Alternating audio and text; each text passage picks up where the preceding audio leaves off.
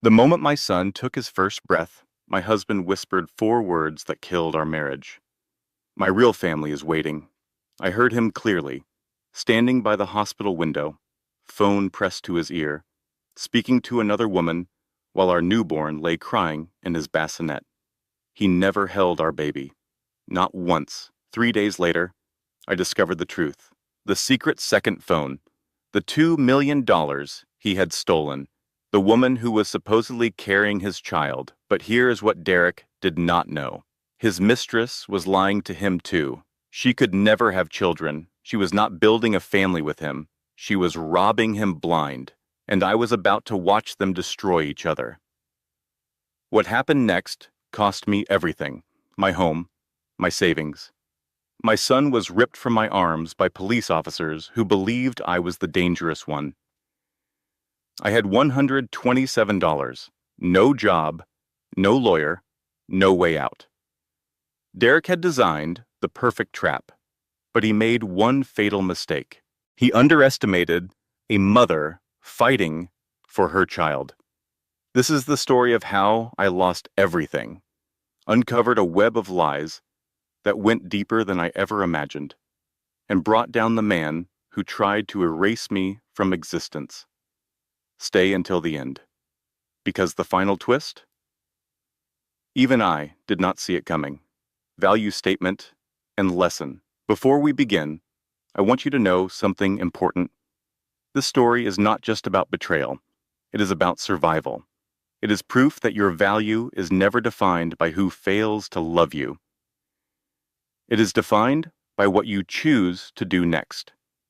If you have ever felt trapped, invisible, or powerless, this story is for you.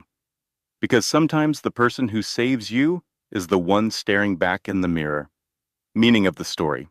The ancient Stoics taught us that we cannot control what happens to us, but we can always control how we respond. Madison could not control her husband's betrayal. She could not control the lies, the manipulation, or the system that turned against her. But she could control her courage, her choices, her refusal to give up. And that made all the difference. Remember this. What stands in the way becomes the way. Your obstacles are not the end of your story. They are the beginning of your transformation. The moment my son took his first breath, my husband whispered four words that killed our marriage. My real family is waiting. I heard them clearly. The delivery room was quiet, except for the beeping monitors and my own ragged breathing. The nurses were cleaning up. The doctor had stepped out. And Derek, my husband of 5 years, stood by the window, with his phone pressed to his ear, speaking words that shattered everything I thought I knew about my life. My name is Madison Cole. I was 34 years old when I gave birth to my son at Chicago Memorial Hospital on a cold Tuesday in February. I had been in labor for 14 hours. I had called Derek 23 times. He arrived 2 hours after our baby was born, smelling like expensive cologne that was not his usual scent, with a long blonde hair clinging to his jacket collar. I noticed it immediately. Wives always notice. We just choose when to acknowledge what we see. Derek did not rush to my side. He did not kiss my forehead or squeeze my hand or cry tears of joy at meeting his firstborn child. Instead, he glanced at the bassinet where our son lay, swaddled in a hospital blanket, then turned to the window and took a phone call. That is when I heard it. Yeah, I am stuck here. She finally had it. I will be home soon. To you, my real family. The words hung in the sterile air like poison. I tried to convince myself I had misheard. The medication, the exhaustion, the trauma of childbirth. Surely my husband of 5 years, the man who had promised to love me until death, had not just called another woman his real family while standing 10 feet from his newborn son. But I had not misheard. Derek ended his call and finally approached me. His eyes were cold, distant, like he was looking at a stranger rather than the woman who had just given him a child. He did not say congratulations. He did not say, I love you. He did not say, our son is beautiful. He said, I have to get back to the Riverside project. There is an emergency. There was no emergency. I knew it then, even though I did not want to admit it. The Riverside project was his excuse for everything. Late nights, missed dinners, forgotten anniversaries. For 3 years, I had believed him. I had trusted him. I had given up my career as a high school art teacher because he said we did not need 2 incomes, because he said he wanted me to focus on our future family, because he said he would take care of everything. What he really meant was that he wanted me dependent, isolated, trapped. The nurse, a no-nonsense woman named Brenda with gray streaks in her hair and kind eyes that had clearly seen too much, noticed the tension. She looked at Derek's collar, then at me, then back at his collar. Sir, she said loudly, you have got a little something there. Looks like you fought a tube of lipstick and lost. Derek's face flushed red. He touched his collar instinctively, then glared at Brenda with a look that would have made most people shrink. But Brenda just raised an eyebrow and continued checking my vitals like she had not said anything at all. I almost laughed. Almost. It was the first crack in my denial. Derek left 20 minutes later without holding his son, without kissing me goodbye, without even looking back. I lay in that hospital bed, staring at the ceiling, listening to my newborn's soft breathing, and I felt something I had never felt before in my marriage. Clarity. My grandmother used to tell me something when I was young. She would sit me on her knee, brush my hair back from my face, and say, Madison, when someone shows you who they are, believe them the first time. I had not listened. For 5 years, Derek had shown me exactly who he was. The late nights he could not explain. The passwords he changed monthly. The way he flinched when I picked up his phone. The slow, systematic way he had separated me from my friends, my family, my independence. I had believed his excuses because believing was easier than facing the truth, but now, holding my son for the first time, I could not look away anymore. The next morning, I was discharged. Derek sent a car service instead of coming himself. The driver helped me into the back seat with my baby and my small bag of belongings. And we drove through the gray Chicago streets toward the house I had once called home. It did not feel like home anymore. Our house was in Oak Park, a suburb that looked perfect on the surface. Tree-lined streets, well-maintained lawns, neighbors who waved politely but never got too close. Derek had chosen it specifically for the image it projected: successful, stable, respectable. The driver pulled into the driveway. I thanked him quietly and carried my son inside. The first thing I noticed was the nursery. Derek had promised to finish it before the baby came. He had promised for months. But when I pushed open the door, everything was exactly as I had last seen it. Paint cans unopened. Crib still in its box. Changing table unassembled. He had not done anything. I stood in that empty room, holding my newborn son, and I understood something clearly for the first time. Derek had never intended to be a father, not really. This baby, our baby, was just another accessory to him, another box to check on his list of things that made him look successful. I closed the nursery door and carried my son to the master bedroom. I would figure out sleeping arrangements later. Right now I needed to think. That is when I saw the credit card statement on the kitchen counter. Derek must have left it out by accident. He was usually so careful about hiding his finances from me. But there it was, printed in black and white. A record of his betrayal. A jewelry store, $4,200. A boutique hotel downtown, $890. A lingerie shop, $340. None of these purchases were for me. I knew because I had not received jewelry or lingerie or romantic hotel stays in over 2 years. I knew because Derek barely touched me anymore, and when he did, it felt like obligation rather than desire. My hands trembled as I picked up the statement. There had to be an explanation. There had to be, but there was not. I walked to Derek's home office, still carrying my son against my chest.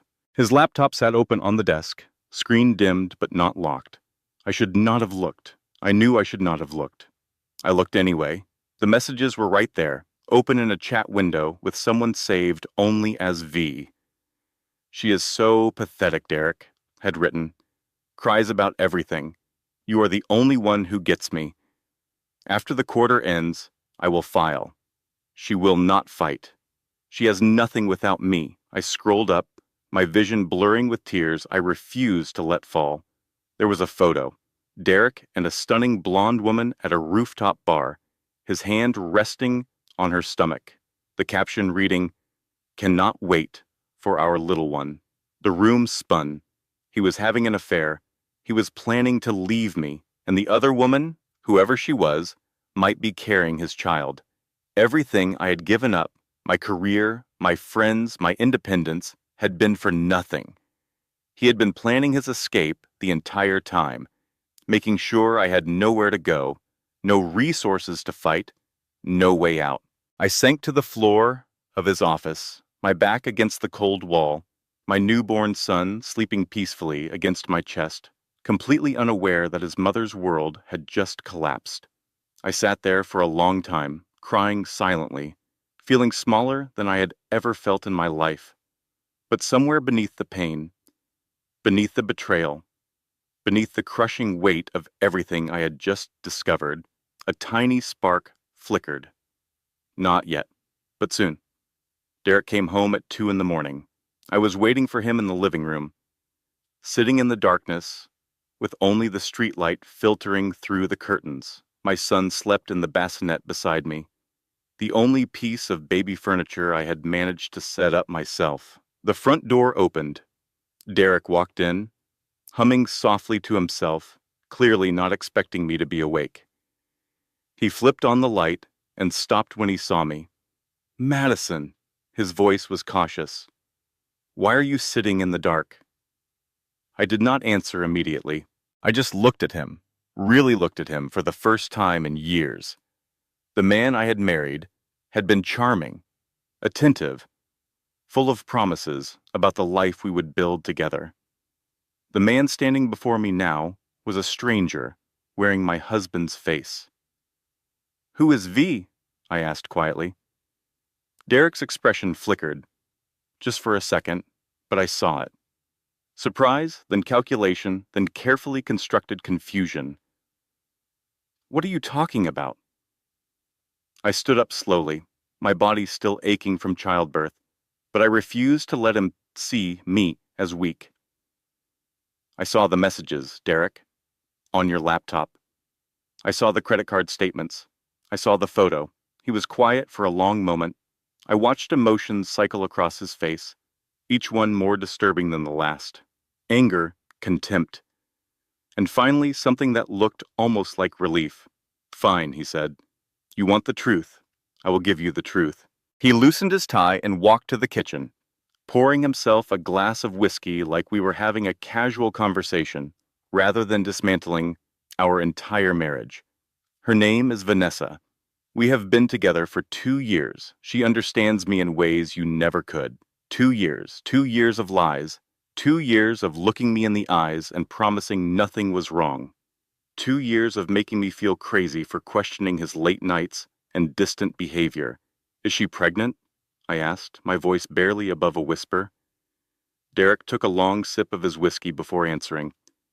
"Yes, she is carrying my child, the one I actually want." The words hit me like a physical blow. I had to grip the back of the couch to stay standing. "And our son?" I managed. "What about him?" Derek glanced at the bassinet with an expression that turned my blood cold. There was no love there, no connection, no paternal instinct whatsoever. He looked at our newborn baby like he was looking at an inconvenience. That was your idea, he said flatly. You trapped me with this pregnancy. Do not pretend otherwise. I told you, I was not ready for kids. You went off birth control anyway. That is not true, I protested. We agreed together. You said you wanted. I said what you needed to hear. Derek cut me off. Because that is what I do. I say whatever keeps things running smoothly. But Vanessa, she actually gets me. She supports my ambitions. She does not nag me about nursery colors or cry about her feelings every 5 minutes. He set down his glass and looked at me with something close to pity. You want the real truth, Madison. Here it is. You were a placeholder, a starter wife, someone to cook and clean and look good at company events while I built something real. Vanessa is my future. You are just a receipt from my past. I should have crumbled. Part of me wanted to, but something else rose up instead. Something I did not know I still had. Then I want a divorce, I said. Derek laughed. Actually laughed. With what money? With what lawyer? You have not worked in 3 years. The house is in my name. The cars are in my name. You signed a prenup, remember? You get nothing. I remembered the prenup. I remembered sitting in that lawyer's office, young and in love, and so certain that Derek would never hurt me. I remembered signing without really reading because he assured me it was just a formality, just something his family required, nothing that would ever matter. It mattered now. Derek walked past me toward the bedroom. Stay if you want, he said over his shoulder. Leave if you want. Either way, I do not care. Just do not embarrass me publicly. I have a reputation to maintain. The bedroom door closed behind him. I stood alone in the living room, my newborn son sleeping peacefully, completely unaware that his mother had just been erased from his father's life like she never existed. I had 2 choices. I could collapse. I could cry and beg and hope Derek would change his mind, would choose us, would suddenly become the husband and father he had never actually been. Or I could fight. I did not sleep that night. Instead, I sat in the darkness and made a plan. I had $127 in my personal checking account. I had no job, no recent work history, no professional references. I had a newborn baby who needed formula and diapers and a mother who could actually function. I had almost nothing, but almost nothing is not nothing. The next morning, while Derek showered, I searched through his office. I found the prenup in a locked filing cabinet. The key was hidden in his desk drawer, taped to the underside where he thought I would never look. I read every word this time. The agreement was brutal. In the event of divorce, I would receive no alimony, no share of his business assets, and limited claim to any property acquired during the marriage. I had signed away my future without even realizing it. But one clause caught my attention. The prenup would be voided in the event of proven infidelity or fraud. Infidelity. Derek had handed me a weapon without knowing it. I needed evidence, real evidence. Not just screenshots that could be dismissed as fake. Not just credit card statements that could be explained away. I needed something undeniable. But first, I needed to get out of this house. I waited until Derek left for work, then I packed a small bag. Diapers, formula, a few changes of clothes, but each for me and the baby. My driver's license, my phone charger. I loaded everything into my car. The old Honda that Derek had let me keep because he said it was not worth selling. He had meant it as an insult. Now it was my escape. I drove away from the Oak Park house without looking back. My first stop was a women's shelter I had found online the night before. It was located in a nondescript building on the south side, the kind of place you would drive past without noticing unless you knew what it was. The intake worker was a kind woman named Gloria with reading glasses perched on her nose and a voice that radiated compassion. "How can we help you, honey?" she asked. I told her everything: the affair, the other woman, the prenup, the way Derek had systematically stripped away every support system I had. Gloria listened without interrupting, taking notes on a yellow legal pad. When I finished, she sighed heavily. "We can help with temporary housing," she said. "But there is a process. You need documentation, proof of residence, income verification, your son's birth certificate." "I do not have any of that," I admitted. "My husband controls all the paperwork." Gloria nodded like she had heard this 1,000 times. "There is also a waiting list," she continued gently. 3 weeks minimum for emergency housing. Is there anywhere else you can stay tonight?" I sat in my car in the shelter parking lot for a long time after that conversation. My baby cried. The heater struggled against the February cold.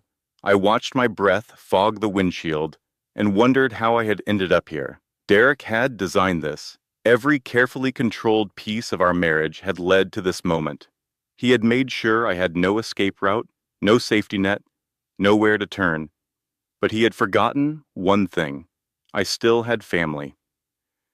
My phone buzzed, a text from my sister Rachel in Milwaukee, responding to the messages I had sent the night before. "Maddie, what is going on?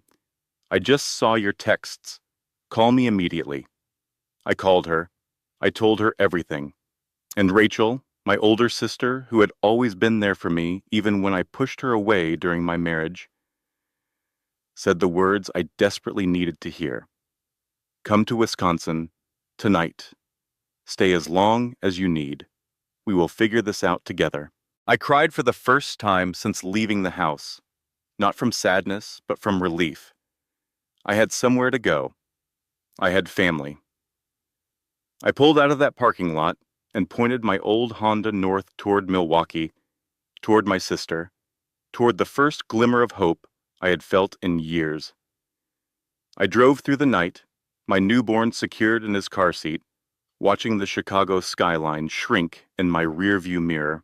I was not running away, I told myself. I was running toward something better.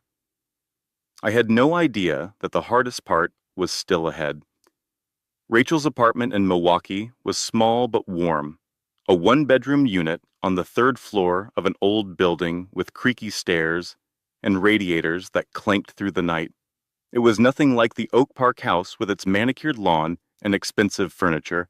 It felt more like home than anywhere I had lived in years. My sister was 7 years older than me, divorced, working as an office manager for a dental practice. She had always been the practical one in our family. When our mother died 2 years ago, Rachel handled the funeral arrangements while I fell apart. When I married Derek and slowly disappeared from family gatherings, Rachel kept calling, even when I stopped answering. She deserved better than a sister who showed up on her doorstep at 3 in the morning with a newborn and a broken marriage. But she never made me feel that way. "You are staying as long as you need," Rachel said firmly on my first night there, setting up a makeshift sleeping area in her living room. "And we are going to figure out how to take that cheating bastard for everything he has got." I almost smiled. Almost. For 3 days I rested. I fed my baby. I let myself feel something other than panic for the first time since giving birth. Rachel took time off work to help with the nighttime feedings. She made terrible coffee that somehow tasted better than anything I had drunk in years. She listened when I needed to talk and sat in comfortable silence when I did not. On the second day, she attempted to cook spaghetti and somehow produced noodles that were both crunchy and soggy at the same time. "How is this physically possible?" I asked, staring at my plate. "It is a gift," Rachel said seriously. "Gordon Ramsay would cry." I laughed. Actually laughed. The sound surprised both of us. That night, lying on Rachel's couch with my son sleeping beside me, I let myself imagine a future. A small apartment of my own, a part-time job, slowly rebuilding the life Derek had stolen from me. It felt possible. It should have been a warning sign that things were going too well. On the fourth morning, someone knocked on Rachel's door. I was in the kitchen, warming a bottle, when I heard the voices, Rachel's confused tone, a man speaking formally. The words that made my blood freeze. "We are looking for Madison Cole." I walked into the living room, my baby against my chest, and found two police officers and a woman in a gray pantsuit standing at the threshold. "Madison Cole," one of the officers said. It was not a question. "Yes," he handed me a document. "We have a court order. There are allegations of child endangerment, fleeing across state lines without the father's consent. You need to come with us." The room tilted. I gripped Rachel's arm to stay standing. "What are you talking about?" I managed. "I am his mother. I would never hurt him." The woman in the pantsuit stepped forward. Her face was professionally neutral, impossible to read. "Ma'am, we are not accusing you of abuse," she said. "But the father has filed an emergency custody motion claiming you are mentally unstable. He alleges you fled with the child during a postpartum psychotic episode without his knowledge or consent. Until a judge reviews the case, the child must be placed in temporary custody." "No." The word came out broken. I heard Rachel shouting something, saw the officers moving forward, felt hands reaching for my baby. "No, no, no. Please, you cannot. He is lying. I am not unstable. I am his mother. Please." But the law does not care about pleas. They took my son from my arms. The sound I made was not a scream. It was something worse, something animal, something that came from a place so deep I did not know it existed. Not existed. Rachel caught me as my knees gave out. She held me on the floor of her apartment while I sobbed so hard I could not breathe. The officers left. The social worker left. My baby left. And I understood, with devastating clarity, exactly what Derek had done. He had not just cheated on me. He had not just abandoned our son. He had weaponized the entire legal system against me. He had painted me as the danger. He had documented my crying as evidence of instability. He had used my postpartum vulnerability as a weapon. And now my son was gone. Rachel held me for a long time. When my sobs finally quieted to shuddering breaths, she gripped my shoulders and forced me to look at her. "We are going to fight this," she said fiercely. "Do you hear me? We are going to fight." "How?" I whispered. "He has the money. He has the lawyers. He has everything." "You have the truth," Rachel said, "and you have me. That is a start." I spent the next 3 days in a fog of grief and terror. I could not eat. I could not sleep. Every time I closed my eyes, I felt phantom weight in my arms where my baby should have been. Rachel researched custody lawyers. She made phone calls. She kept me alive when I wanted to disappear. On the fourth day, she found me a free legal consultation. "His name is Garrett Walsh," Rachel said. "He is a legal aid attorney. He has a reputation for taking on powerful people. And apparently, he has some kind of history with Derek." "History with Derek," I repeated numbly. Rachel shrugged. The receptionist would not say more, but she seemed almost excited when she heard who the case was against. I did not have the energy to feel hope. But I went to the consultation anyway because I had no other options. Garrett Walsh's office was in a converted storefront on the north side of Chicago. I had driven back specifically for this meeting, leaving Rachel behind with promises to call every hour. The waiting room was small and cluttered with legal files. The receptionist offered me weak coffee in a foam cup. I waited for 40 minutes past my appointment time. When Garrett finally emerged to greet me, he was not what I expected. He was in his early 40s, with tired eyes and a coffee-stained tie. His suit was rumpled, his hair needed cutting, and he looked like he had not slept properly in weeks. He was nothing like Derek's polished lawyers with their expensive watches and practiced smiles. Somehow, that made me trust him more. "You are Madison Cole," he said. "Derek Cole's wife." "Soon-to-be ex-wife," I corrected. "If I survive this..." He led me into his office, which was even more cluttered than the waiting room. Files covered every surface. A half-eaten sandwich sat forgotten on a stack of legal briefs. "Tell me everything," he said. So I did. When I finished, Garrett was quiet for a long moment. He steepled his fingers, staring at a point somewhere above my head. Then he said something that changed everything. "I know your husband, or rather, I know what your husband does to people." "What do you mean?" Garrett leaned back in his chair. 8 years ago, Derek Cole screwed over my brother's construction business, stole a contract through bribery and kickbacks, paid off an inspector to fail my brother's safety certification.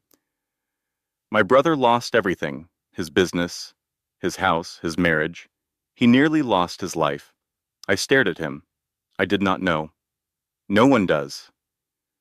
Derek is very good at covering his tracks. He studied me carefully. I have been waiting a long time to see him face consequences. You might be my chance, and I might be yours.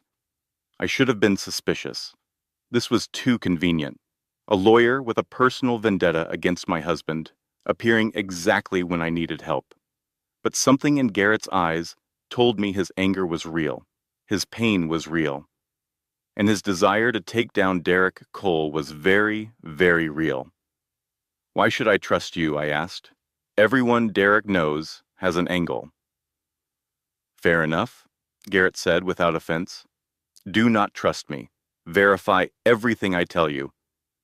But ask yourself this: if I wanted to hurt you, why would I approach you in a public courthouse, with security cameras everywhere, offering to help for free?" He had a point. "Verify first," I said slowly. "Then trust." He smiled for the first time. "Smart woman. That attitude might actually keep you alive." I spent the next 3 days doing exactly what I said. I called the State Bar Association. I verified his license. I researched his past cases. I contacted 2 of his former clients, women who had gone through divorces against wealthy husbands. Everything checked out. On the 4th day, I called Garrett and officially became his client. "This is not going to be easy," he warned me. "Derek has money, connections, and no conscience. He has already proven he will lie to the court. He has already proven he will use your own child as a weapon." "I know," I said, "but I have something he does not." "What is that?" "I am fighting for my son. He is fighting for his ego.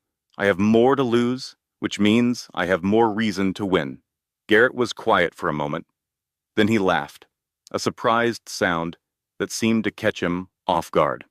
"Madison Cole," he said, "you might actually have a chance." It did not feel like a chance. It felt like desperation dressed up in borrowed courage. But I would take it.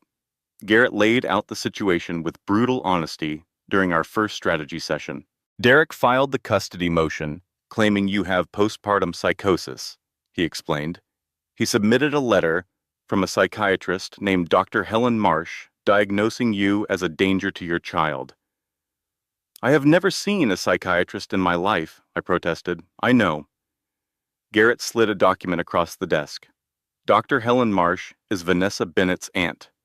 I stared at the paper. The betrayal kept finding new depths. "They fabricated a diagnosis. They fabricated everything," Garrett confirmed. "But here is what Derek does not know. I have been quietly building a case against him for years." He opened a thick file folder and spread documents across his desk. Tax irregularities in his construction company, safety violations at 3 different project sites, and this. He pointed to a newspaper clipping from 2019. "A worker named Marcus Thompson died at one of Derek's sites, ruled an accident, but I have witnesses who say Derek cut corners on equipment to save money. The safety harness failed because it was past its inspection date." "A man died," I whispered. "And Derek walked away without consequences." Garrett's jaw tightened. I could never prove it because no one would testify against him. His employees are scared. His partners are complicit. But you, Madison, you were his wife. You have access to things no one else does. Documents, conversations, patterns. The weight of what he was suggesting settled over me. You want me to investigate my own husband. I want you to help me find the truth, Garrett said. And then I want us to use that truth to destroy him. It was a dangerous proposition. If Derek caught me, if he found out what I was doing, I would lose any chance of getting my son back. I could end up in prison myself. But if I did nothing, I would lose my son anyway. What do I need to do? I asked. Garrett smiled grimly.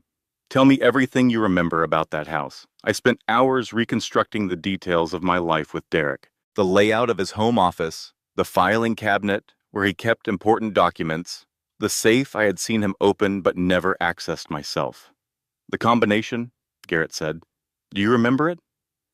I closed my eyes, reaching back through memories I had tried to forget. He opened it in front of me. Once, I said slowly. When we first moved in, he thought I was not paying attention, but I was. I was always paying attention, even when he thought I was invisible. The numbers came back to me.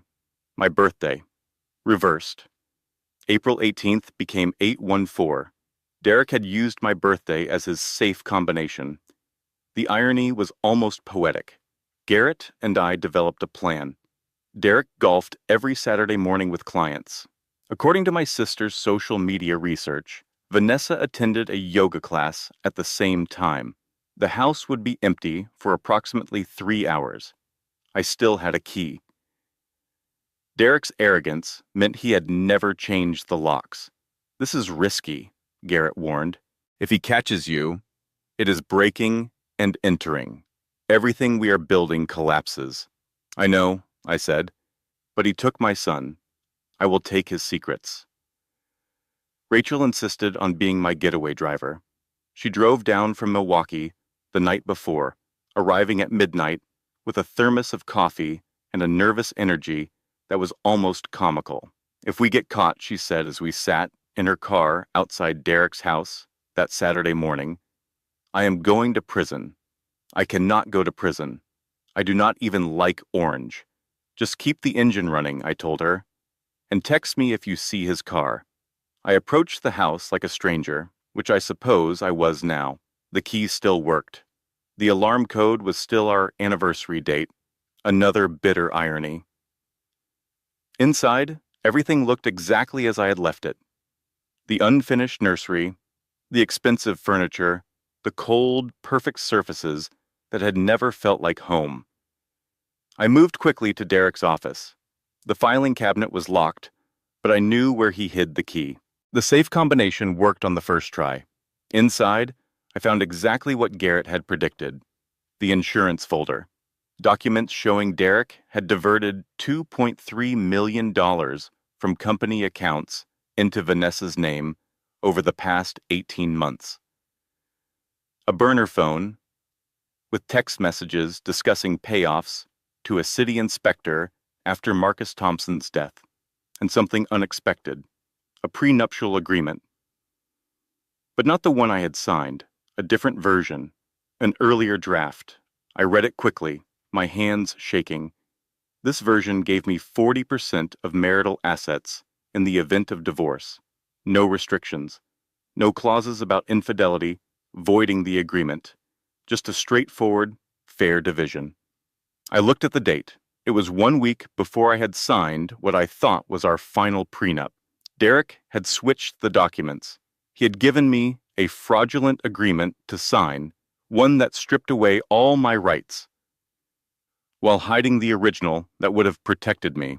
I photographed everything, every document, every text message, every piece of evidence I could find. My phone buzzed. Rachel. Car approaching. Not sure if it is him. Get out now. I shoved everything back into the safe, closed it, and ran. I made it out the back door just as a car pulled into the driveway. Through the fence slats, I saw it was just a delivery truck, but my heart did not stop racing until I was back in Rachel's car. driving away from that house for what I hoped was the last time. Garrett was ecstatic when I showed him what I had found. "This is it," he said, spreading the documents across his desk. "Financial fraud, bribery, falsified documents. The prenup alone is enough to void the custody claim. We have got him." He filed emergency motions with the court. The judge agreed to review the new evidence. A hearing was scheduled for the following Monday. For the first time since my son was taken, I allowed myself to hope. "We are going to get him back," Rachel said, on the drive back to her apartment. "This is almost over." I leaned my head against the car window, watching Chicago's skyline pass by. "Almost," I agreed. I should have known better than to celebrate early. The knock came on Friday night. I was staying at a budget motel near the courthouse, too nervous to make the drive back to Milwaukee before Monday's hearing. The room smelled like stale cigarettes and industrial cleaner. The bedspread had a suspicious stain I tried not to think about, but it was private. It was anonymous. It was safe. Or so I thought.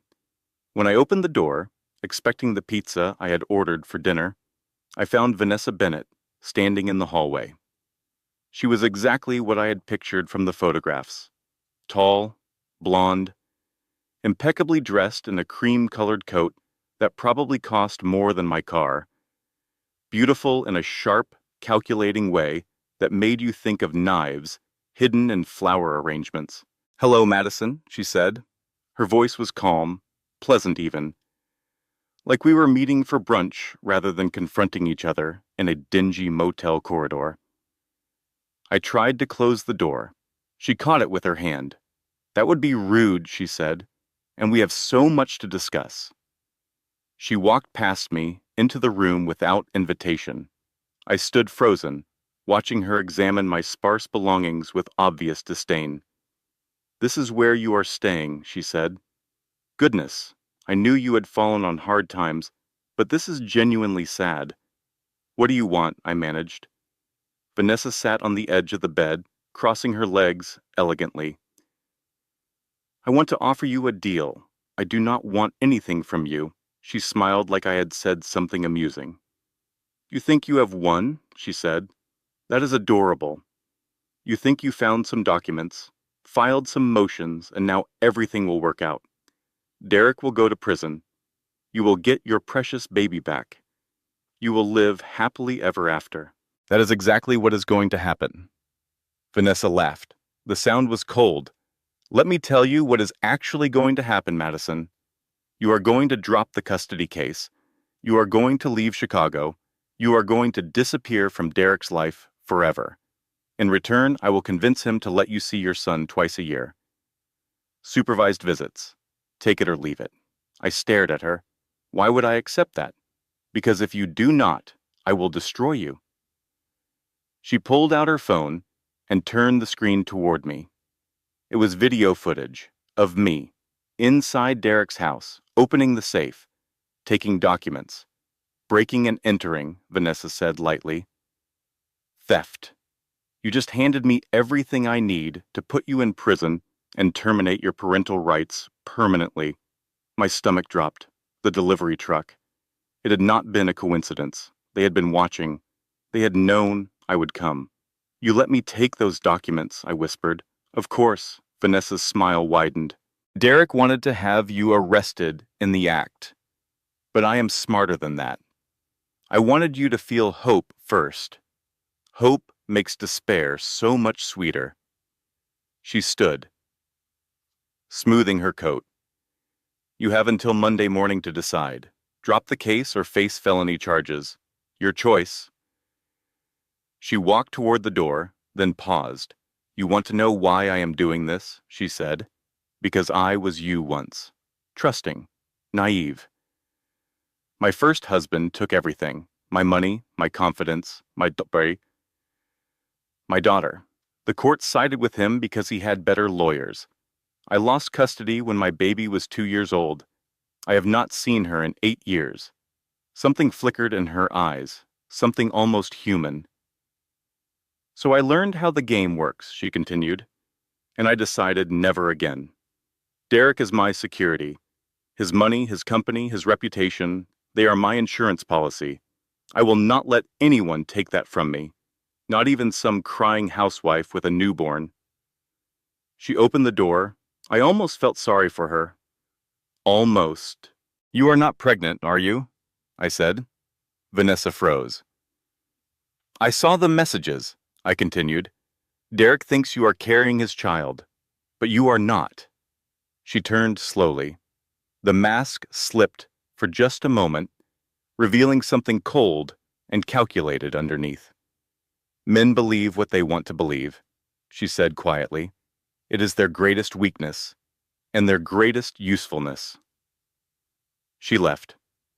I stood alone in that motel room, staring at the closed door, feeling hope drain away, like water, through cracked hands. They had outplayed me.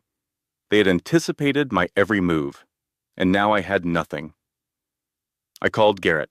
I know, he said before I could finish explaining. They sent me a copy of the video, too, along with a very politely worded threat. What do we do? He was quiet for a long moment. I do not know yet, but do not give up, Madison. Not yet. Easy for him to say. He was not the one facing prison. He was not the one who might never see his child again.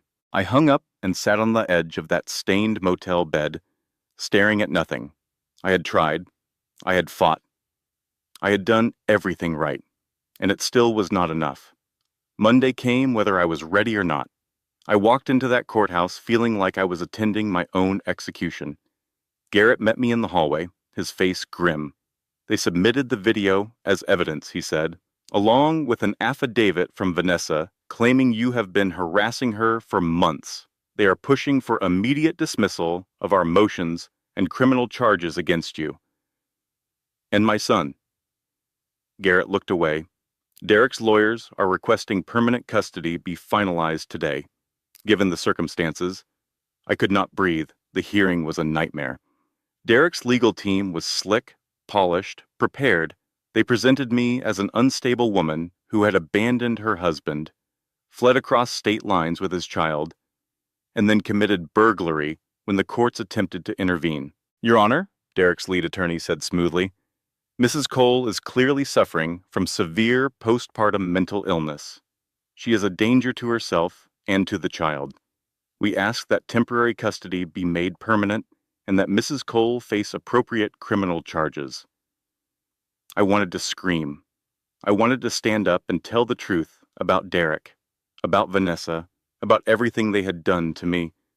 But I had no credible evidence anymore. Everything I had found had been tainted by how I obtained it.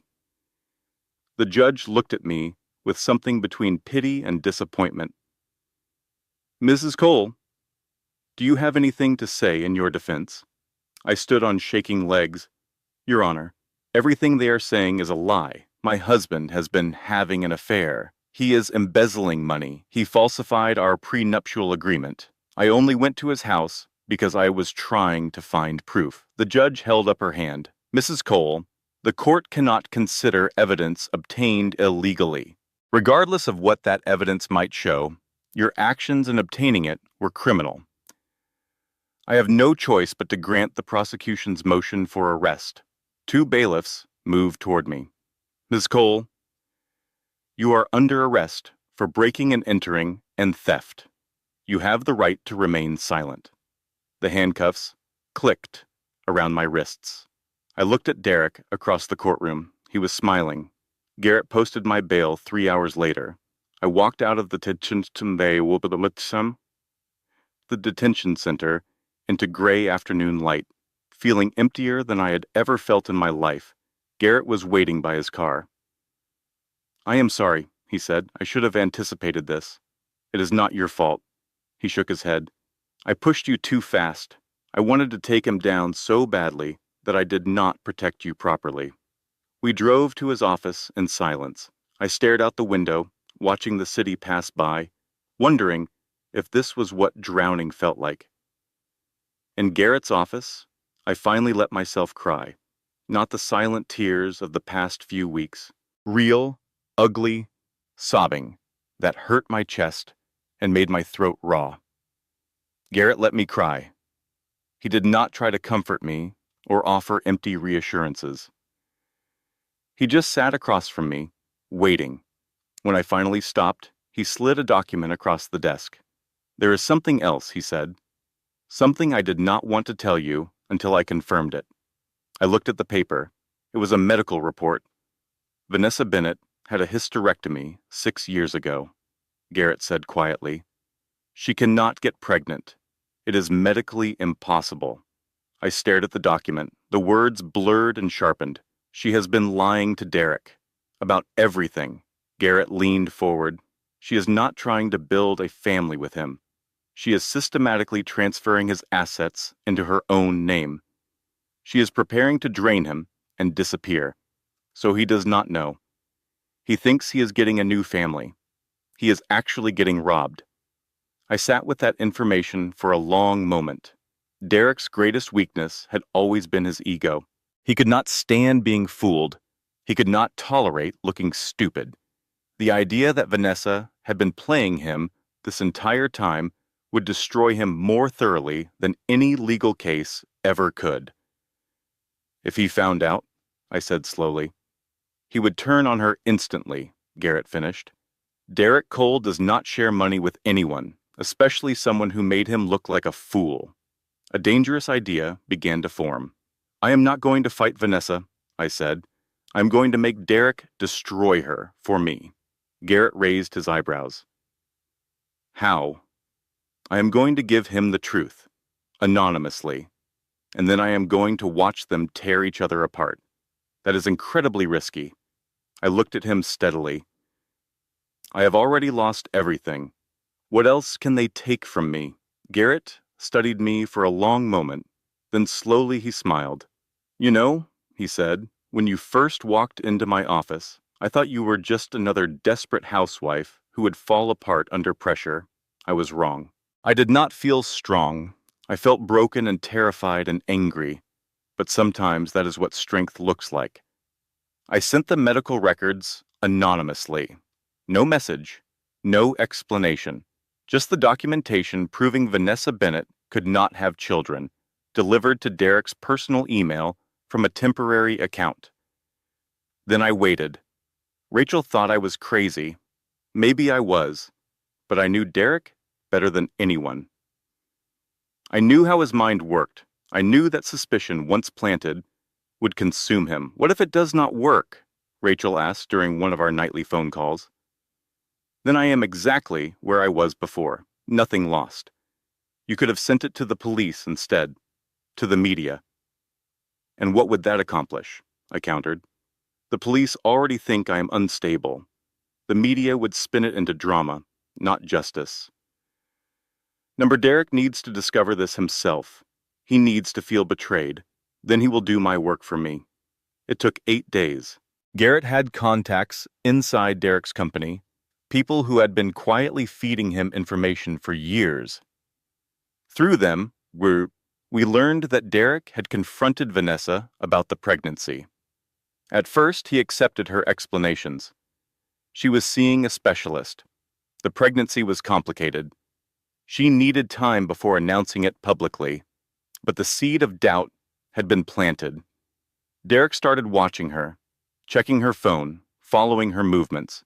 He hired a private investigator, the same one Vanessa had used to spy on me. Irony has a cruel sense of humor.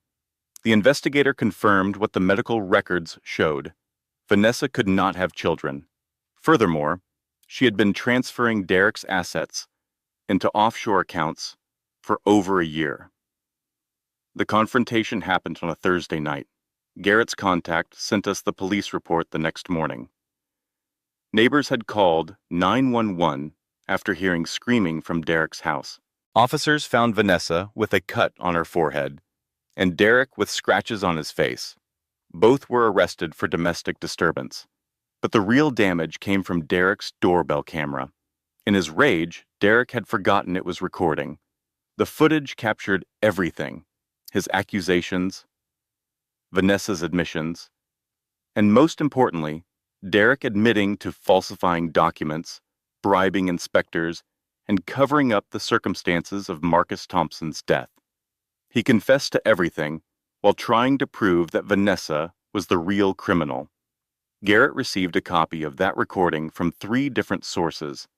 Vanessa herself had sent it to him, along with the district attorney and 2 local journalists. She is trying to burn him down, Garrett explained. She knows she is caught, so she is taking him with her. I watched the footage on Garrett's laptop. Derek's face, twisted with rage, spitting out secrets he had kept buried for years. "This is enough," I said. "This is more than enough." Garrett was already drafting motions. "The custody case, the criminal charges against you. Everything is about to change." He was right. The arrest warrant for Derek came 3 days later. The charges were extensive: fraud, bribery, involuntary manslaughter in the death of Marcus Thompson, falsifying court documents, wire fraud related to the asset transfers. Vanessa was arrested separately. Her charges included conspiracy to commit fraud, money laundering, and providing false statements to the court. I watched the news coverage from Rachel's apartment in Milwaukee. Derek's perp walk played on a loop. His perfectly styled hair was disheveled. His expensive suit was wrinkled. He looked small, broken. I did not feel satisfied. I felt empty. "Is it wrong that I do not feel happy?" I asked Rachel. She put her arm around me. "No, that just means you are human. This was never about revenge for you. It was about getting your son back." She was right. Derek's arrest was not the ending. It was a step toward the only thing that mattered. Garrett called that afternoon. "The family court is reviewing the custody case in light of the new evidence," he said. "Given Derek's arrest and Vanessa's exposure, the judge has agreed to an emergency hearing tomorrow. Madison, this is it. This is your chance." I drove through the night to make it to Chicago in time. I did not sleep. I could not sleep. My son was within reach for the first time in months. "Please," I whispered to no one. "Please let this be over." The courtroom felt different this time. The same wood-paneled walls, the same fluorescent lighting, the same uncomfortable chairs. But the energy had shifted. The prosecutors were on my side now. The judge looked at me with something other than suspicion. Derek was not there. He was in federal custody awaiting arraignment. Vanessa was not there either. She had been denied bail, considered a flight risk. It was just me and Garrett. And the truth. The hearing lasted 2 hours. Garrett presented the evidence methodically. The falsified prenup, the fabricated psychiatric evaluation, the fraudulent custody motion, the recording that proved Derek had lied about everything. The judge listened without interruption. When Garrett finished, she removed her glasses and rubbed her eyes. "Mrs. Cole," she said, "I owe you an apology." I blinked. I had not expected that. "This court failed you," the judge continued. "We accepted documentation that should have been verified. We granted custody to a man who had no interest in his child's welfare. We arrested you for trying to protect yourself and your son. I do not blame the court," I said quietly. "I blame the people who manipulated it." The judge nodded. "Regardless, I want to make this right, effective immediately. Full custody of your son is awarded to you, Madison Cole. All charges against you are dismissed. And I am recommending that the district attorney investigate whether any court officials were complicit in the fraud perpetrated against you." The words washed over me like warm water. Full custody. Charges dismissed. My son. I could not speak. I could not move. I just sat there, tears streaming down my face, while Garrett squeezed my shoulder and the judge signed the paperwork that gave me my life back. The reunion happened that afternoon. I walked into the social services office where my son had been placed in foster care. The caseworker, a tired woman who had probably seen too mmany broken families, led me to a small room with cheerful murals on the walls. And there he was, my son, 2 months old now, bigger than when I had last held him, with my eyes and his father's chin. He was lying in a portable crib, waving his fists at the ceiling, completely unaware of everything that had happened to bring us to this moment. I picked him up. He fit against my chest like he had never left. "I am sorry," I whispered into his soft hair. "I am so sorry. It took so long. But Mommy is here now. Mommy is never leaving again." He made a small sound, not quite a cry, more like an acknowledgement. I held him, and laughed, and cried some more. Rachel was waiting in the parking lot. When she saw me walking out with my son in my arms, she burst into tears. "You did it," she said, hugging me carefully so as not to crush the baby between us. "You actually did it." "We did it," I corrected. "I could not have survived this without you." We stood there in that parking lot, 2 sisters and a baby, and for the first time in months, I felt something I thought I had lost forever. Hope. Real hope. The kind that does not disappear when things get hard. 6 months passed. I moved to Milwaukee permanently, renting a small apartment 3 blocks from Rachel's building. It was nothing fancy. 1 bedroom, a tiny kitchen, a view of a brick wall. But it was mine. I paid for it with money I earned myself, working part-time at a community art center, teaching painting classes to seniors and children. It was not the life I had imagined when I married Derek Cole. It was better. My son grew. He learned to smile, to laugh, to reach for things with chubby, determined fingers. He had no memory of the chaos that surrounded his birth. To him, life was simple. Mommy was there. Auntie Rachel visited often. The world was full of interesting colors and sounds and textures to explore. I envied his innocence sometimes, but mostly I was grateful for it. Derek's trial made national news. The evidence against him was overwhelming. The recording from his doorbell camera, the testimony of employees who finally felt safe coming forward, the paper trail showing years of fraud and bribery. He was convicted on 14 counts. The sentence was 12 years in federal prison. I did not attend this sentencing. I did not need to see him again. I did not need closure or validation or revenge. I just needed him to be gone. Vanessa took a plea deal. She testified against Derek in exchange for a reduced sentence. 5 years, with possibility of parole in 3. During her testimony, she revealed something I had not known.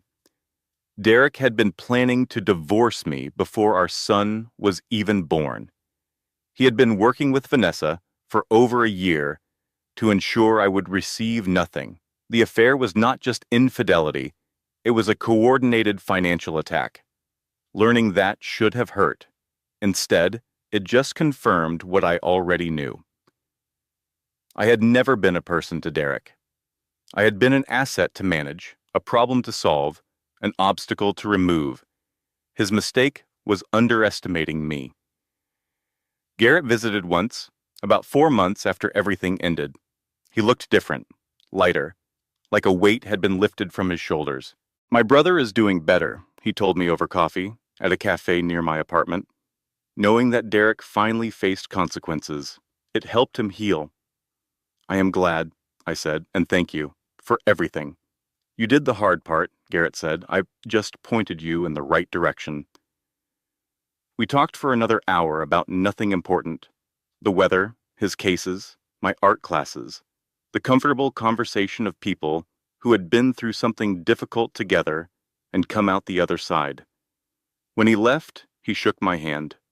"You have my number," he said. "If you ever need anything," I know. He hesitated, like he wanted to say something more. Then he just smiled and walked away. I watched him go, grateful for his help, but also grateful that chapter of my life was closing. I did not need a rescuer anymore. I had rescued myself. There was one more piece of unfinished business. About a month after Derek's conviction, I received a letter. It was forwarded from Garrett's office, sent by someone named Lily Chin, Vanessa's daughter. The letter was short, handwritten on plain paper. Dear Mrs. Cole, it began, I saw the news about my mother. I know she did terrible things to you. I know you have no reason to care about her or anyone connected to her, but I wanted to thank you for stopping her. I have not seen my mother since I was 8 years old. My father got custody after their divorce. He told me she was dangerous. I did not believe him for a long time. Now I understand. Part of me still wishes she had gotten help instead of becoming this. Part of me still loves her, even after everything. I do not know if that makes me stupid or just human. I hope you and your son have the peace she could never find. Lily Chen. I read the letter 3 times. Then I folded it carefully and put it in a box with other important documents. It reminded me that monsters are made, not born, that hurt people, that cycles of pain can stretch across generations, touching lives that never deserve to be damaged. It also reminded me why I had to break that cycle for my son. He would never grow up thinking manipulation was love. He would never learn that power meant controlling others. He would never believe that money was more important than kindness. I would teach him differently. I would teach him to be the kind of man Derek never was. 1 year after I walked out of that hospital with my newborn son, I received a phone call that reminded me endings are rarely final. It was early morning. My son was in his high chair, smearing banana across his face with more enthusiasm than accuracy. Rachel was attempting to make pancakes, which meant the smoke alarm would probably go off any minute. Normal life. Beautiful, ordinary, normal life. Then my phone rang. Ms. Cole, this is Detective Rivera from the Chicago Police Department. I have some news about Derek Cole. My stomach dropped. He was released early, the detective said. Overcrowding and good behavior. He served 14 months of his 12-year sentence. That is not possible, I said. 14 months. That is nothing. I know. The detective's voice was sympathetic. The system is not perfect, Ms. Cole. I am sorry. I gripped the phone tighter. There is more, he continued. He made a statement to his cellmate before release. Said he is not done with you. Silence. We have flagged him as a person of interest, the detective said. If he contacts you or comes within 500 feet of your residence, call 911 immediately. Do you understand? Yes, I said. I understand. I hung up. Rachel was watching me from the kitchen, spatula frozen in her hand. What happened? Derek is out. The words hung in the air between us. Rachel's face went through several expressions. Shock, fear, and then something harder. Determination. We are not running, she said. No, I agreed. We are not. I looked at my son, still happily destroying his breakfast, completely unaware of the shadow that had just fallen across our lives. I was not the same woman who had cried on a shelter parking lot a year ago. I was not the woman who had begged Derek to choose her. I was not the woman who had waited to be saved. I had faced the worst thing I could imagine and survived. I could survive this too. I picked up my phone and typed an email to Garrett. He is out. I am not running this time. Let us finish this. I hit send. My son looked up at me and smiled, banana smeared across both cheeks. I smiled back. Come on, baby, I said, lifting him from his high chair. Let us go meet Auntie Rachel for pancakes. Even if she burns them. Hey, Rachel protested. I am getting better. You set off the smoke alarm yesterday making toast. That toaster is possessed. I laughed. Actually laughed. Because that is what surviving looks like. Not the absence of fear, but the presence of joy despite it. Derek Cole was out of prison. He had made threats. He wanted revenge. But I had something he did not. I had a family that chose me. I had a sister who would burn pancakes for me every morning without complaint. I had a son who needed me to be strong. And I had learned something important over the past year. Something Derek never understood. Power is not about controlling others. It is about controlling yourself, your choices, your responses, your future. Derek thought he had power because he had money and connections and no conscience. But I had survived everything he threw at me. I had rebuilt my life from nothing. I had protected my son against impossible odds. That was real power. Whatever came next, I would face it. Not alone, not afraid, just ready. I carried my son to the kitchen, where Rachel was scraping burned pancake batter off the pan. "One more try," she said determinedly. "I can do this." I sat down at her small kitchen table, my son on my lap, sunlight streaming through the windows. "Take your time," I said. "We are not going anywhere." And we were not. Sometimes the story does not end when the villain falls. Sometimes it is just the beginning of a bigger fight. I did not ask for war, but I had learned I could survive it. And sometimes, surviving is exactly how you win. If this message resonates with you, I have a small request. Drop a comment below and tell me. What would you do if you discovered your partner's darkest secret? I read every single comment, and your stories inspire future content. And if you are new here, consider subscribing. We share stories like this every week.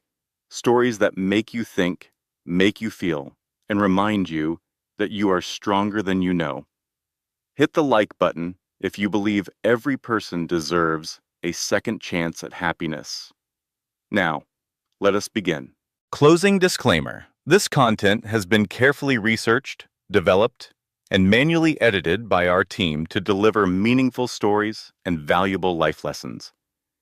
Every narrative is crafted with intention, designed not just to entertain, but to inspire reflection, encourage resilience, and remind you that even in the darkest moments, hope is always within reach. Thank you for being part of this community. Your support keeps these stories alive.